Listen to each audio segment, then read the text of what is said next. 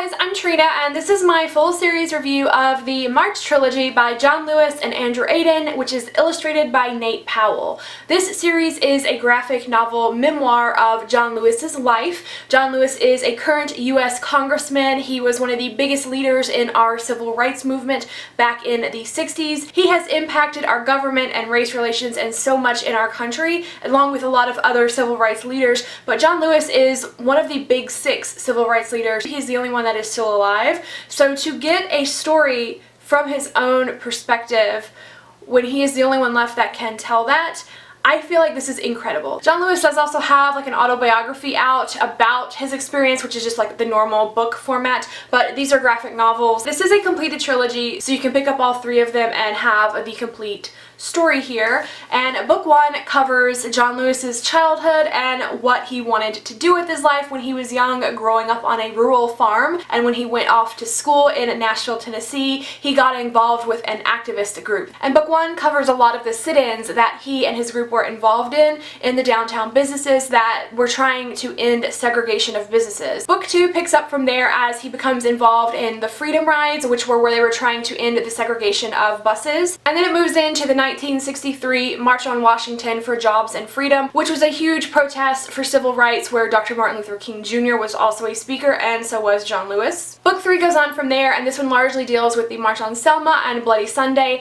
It also talks a lot about the violence that these activist groups faced. This one deals a lot with police brutality that they faced, and it also deals with John Lewis trying to get African Americans registered to vote, because although they had been granted the right to vote years past, they still were being discriminated against and not allowed to register. The way that this story is told was really interesting because book one actually opens up on John Lewis in 2009 in his office, and he is getting ready to go to President Obama's inauguration, and he meets a couple of people that come to visit him, and then he starts telling them his story, and it weaves that together with President Obama's inauguration day. And this painted such an extraordinarily moving picture because you could see how much it meant to him to see the first black president come into office, and then you would go back in history and see John Lewis's actions that made that day possible. It's just a very moving, powerful story. You do see other historic figures in this, so you do see President Obama, you do see Martin Luther King Jr., you see Malcolm X, Rosa Parks, several people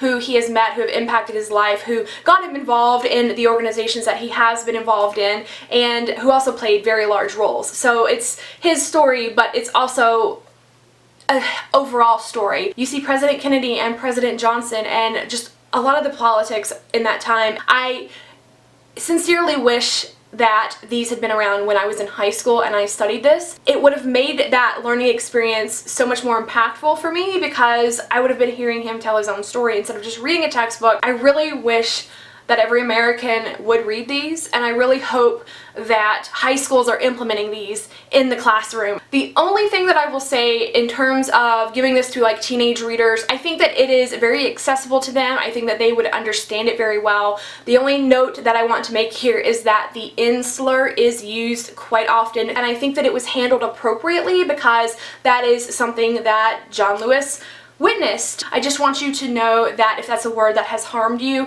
just giving you a heads up that it is included in here quite a bit. And as well, if you are a parent of a teenager who you're thinking about reading these, I definitely think that they should read these, but you might want to discuss with them why that word is a slur, because I don't feel like it being a slur today is really discussed in here, and I would hate for a young person to read these and internalize that. There's also a lot of violence depicted, but the illustrations are all in black and white, so it is kind of a muted violence, but those are the only content things that I would mention about teenagers reading this. But this is such an important part in history. I don't feel like it should have been censored in any way, and I do feel like young readers should still be reading this. To just make this a more full review, I do also want to talk about the illustrations and the storytelling.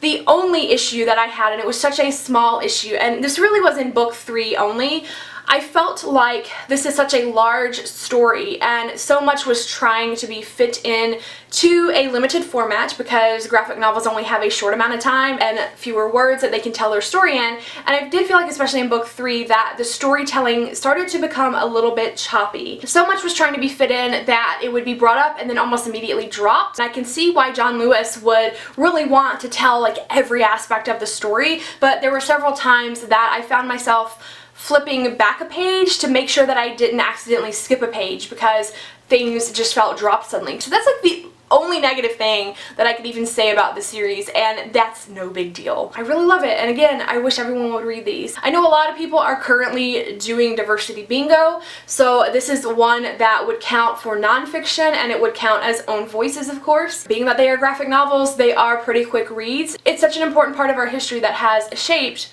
where our government is today, and a lot of the themes that we see in here, it was heart-wrenching for me to realize we are still fighting for these things. This is one to definitely check out. If you have read this series, I would love to hear your thoughts on it. I just highly recommend this. I definitely think that this is one of my favorite things that I have read so far this year, and I feel like at the end of the year, it'll still be a favorite thing that I read this year. Thank you guys so much for watching. If you have any thoughts, questions, or opinions on this series, ask me those down below, and I will see you in the comments. Bye!